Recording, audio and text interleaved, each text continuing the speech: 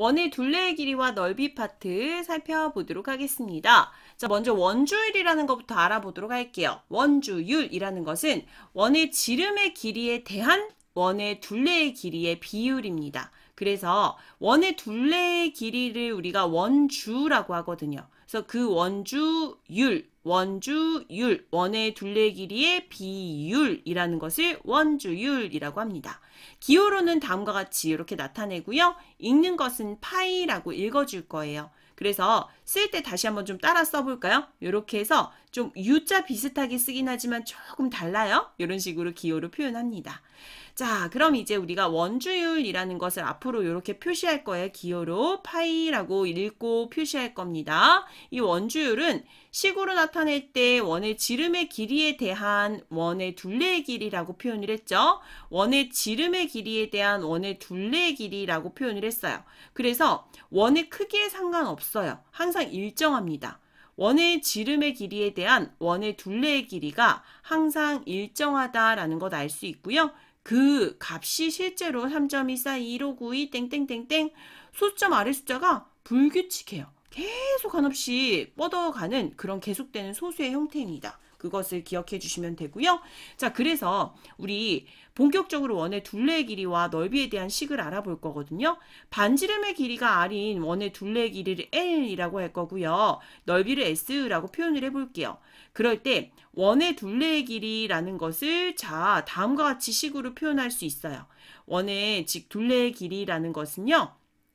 지름의 길이 곱하기 파이, 이거 뭐죠? 원주율이라고 했죠.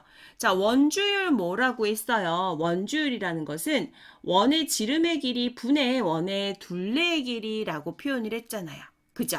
그러니까 원의 둘레의 길이는 당연히 지름의 길이 곱하기 파이라는 것으로 표현할 수 있는 거죠. 맞아요. 그래서 원의 둘레의 길이 이게 뭐라고요? L이라고 했고요.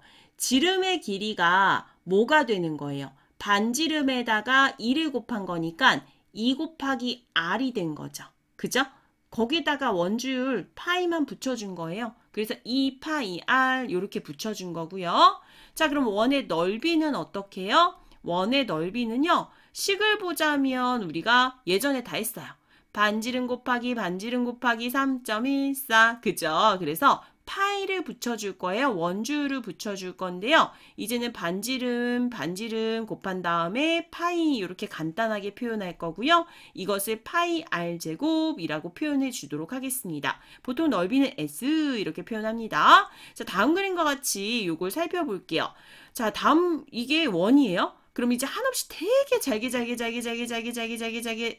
잘라서요. 붙였어요.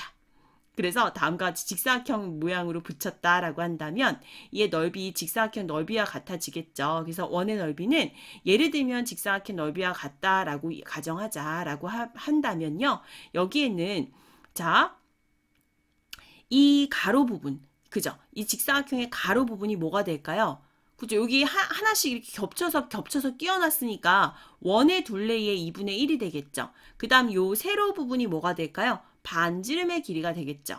그래서 원의 둘레의 길이의 2분의 1이 되니까 원의 둘레의 길이라고 했을 때는 뭐가 돼요? 지름의 길이에다가 파이 붙이는 거죠? 요거죠. 2파이 R이죠? 그래서 2파이 R 붙였고요. 반지름의 길이가 여기 있죠? R 붙였어요. 이걸 정리했더니 어떻게 됐어요? 파이 R 제곱이 되었습니다. 그래서 이제 외워줄게요. 원의 넓이는요. 파이 R 제곱이고요. 원의 둘레의 길이는요. 2파이 R이 됩니다. 반지름의 길이가 2cm인 원에 대해서 둘레 길이 구하세요 라고 했다면 이제는 바로 4파이요. 자, 길이니까 cm입니다 라는 거 붙여주시고요. 원의 넓이를 구해주세요 라고 했다면 2의 제곱해서 4파이요. 그 다음에 제곱 cm입니다 라고 넣어주시면 돼요. 아시겠죠? 그래서 이번 시간에 원의 둘레와 그 다음에 넓이에 대한 이야기 해보았습니다.